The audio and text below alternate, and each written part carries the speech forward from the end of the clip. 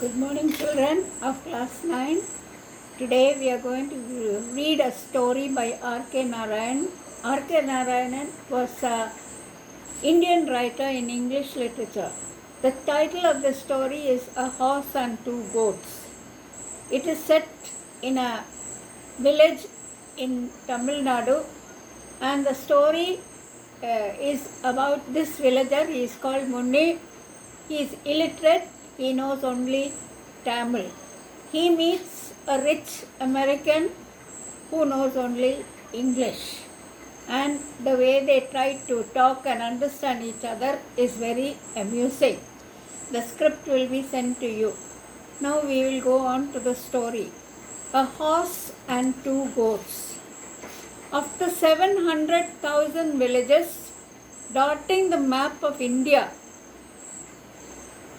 Kirtam was probably the tiniest, indicated on the district survey map by a microscopic dot. This is a very small village, and it is represented on the map by a dot. Just like you dot your I's, we say dot your I's, cross your T's. So this is like a dot in the village. Of the 700 villages, this is the smallest. But its size did not prevent it from giving itself the grandiose name Kritam. Grandiose means very grand, very elegant. It is called Kritam, which meant in Tamil coronet or crown. Coronet is a small crown on the brow of this subcontinent. Subcontinent is the Indian subcontinent. The village consisted of less than 30 houses. Only one of them was built with brick and cement, painted a brilliant yellow and blue all over. That is this one house with gorgeous carvings of gods and gargoyles. Gargoyles are figures with animal or human faces. On its balustrade, on the railings, it is these decorations of gods. It was known as the big house. This house, made out of cement and brick, blue and yellow in color, was known as the big house. The other houses, distributed in 4 streets, distributed means found in the 4 streets, were generally of bamboo, thatch, straw, mud, and other unspecified material.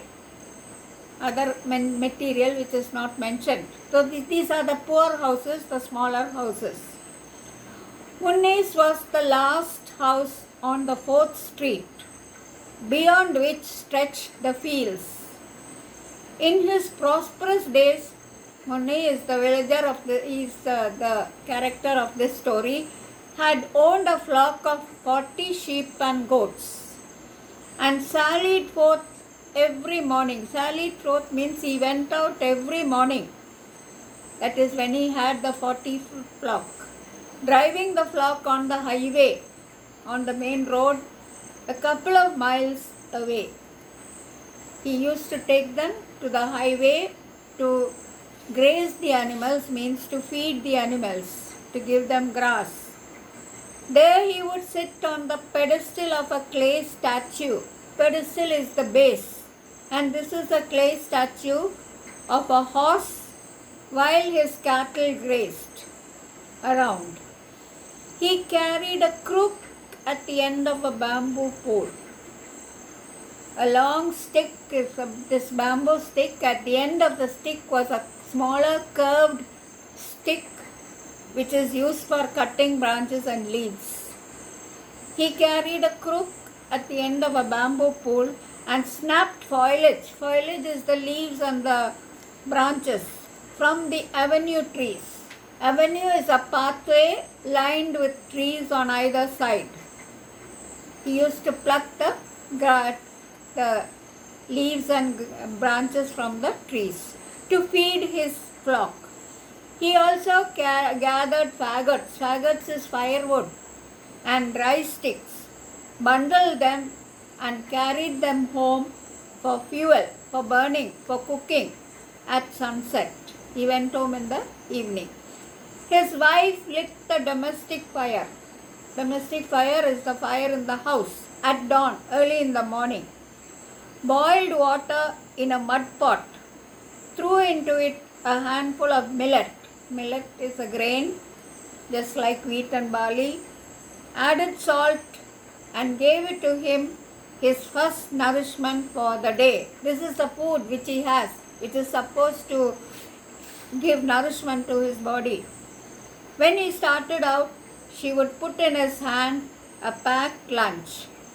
Once again, the same millet cooked into a little ball which he could swallow with a raw onion at midday.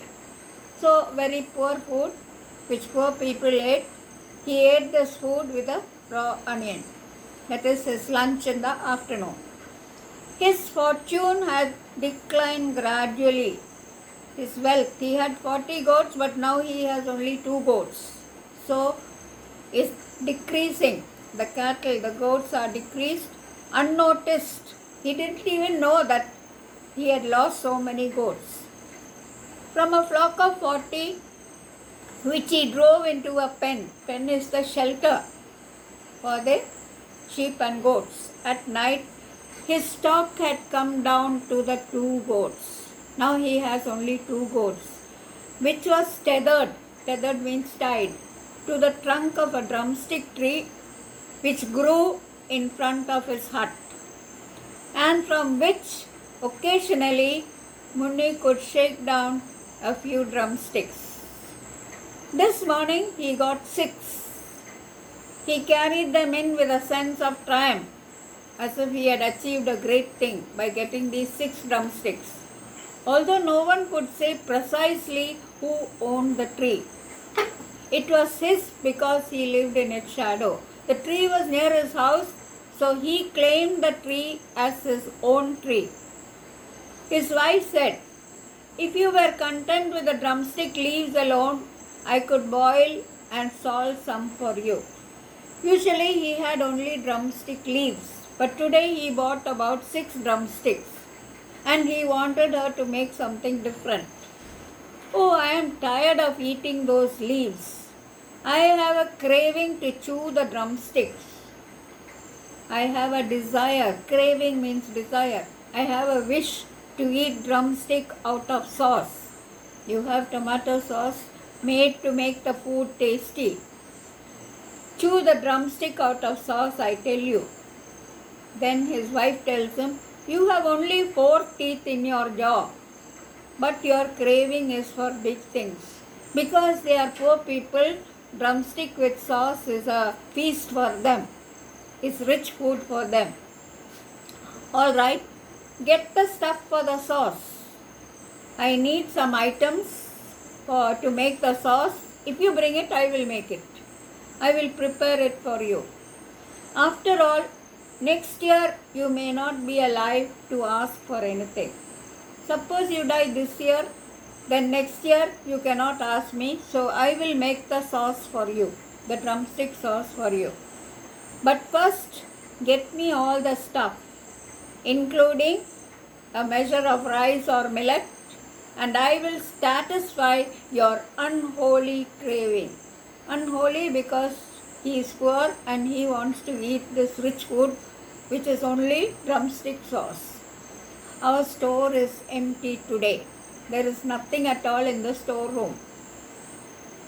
So you have to bring dal, chili, curry leaves, mustard, coriander, gingerly oil, and 1 large potato.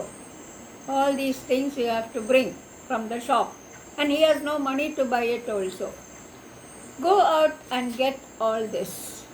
He repeated the list after her in order not to miss any item, and walked off to the shop in the 3rd street.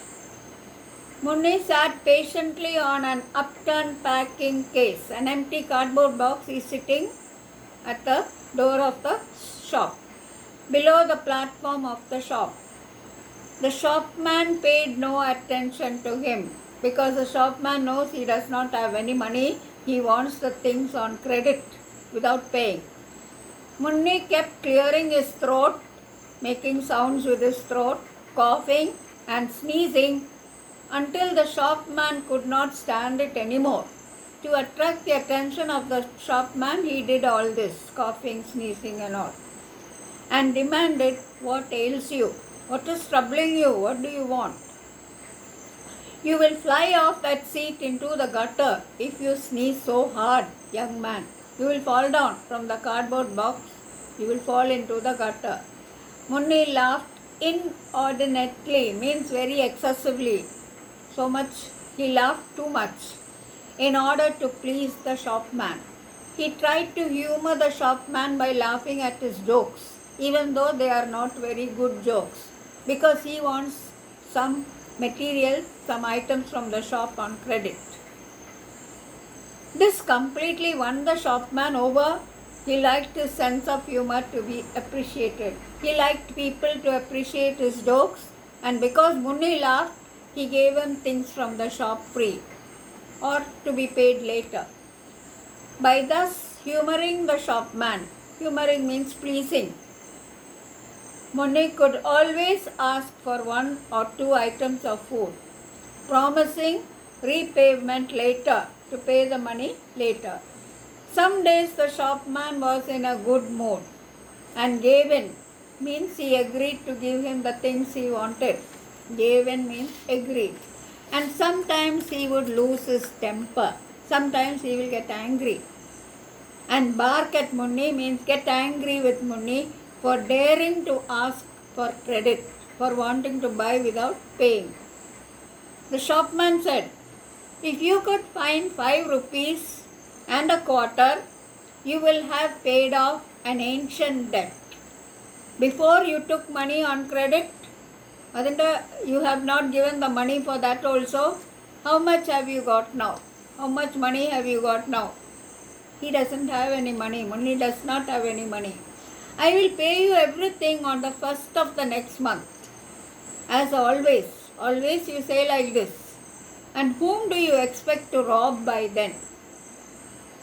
How will you get the money? By robbing? By stealing? Munni felt caught. He could not escape and mumbled, "My daughter has sent word that she will be sending me money." He has no children. So the shopman knows he is telling a lie, because somehow he wants to get the things from the shop. "Have you a daughter?" sneered the shopman. Sneered means making fun of him. "And she is sending you money? You have no daughters? From who will send you the money?" "For what purpose may I know?" "Birthday. 50th birthday," said Munni quietly. "Birthday? How old are you?" Munni repeated weakly, not being sure of it himself. He doesn't remember his age. 50. He always calculated his age from the time of the great famine, when he stood as high as the parapet wall around the village. This is a wall surrounding the village, and he calculated his age from that, when there was a big famine. But who could calculate such things accurately nowadays? With so many famines occurring, he doesn't remember which year the famine occurred. The shopman felt encouraged when other customers stood around to watch and comment. "More likely you are 70, the shopman said to Munni.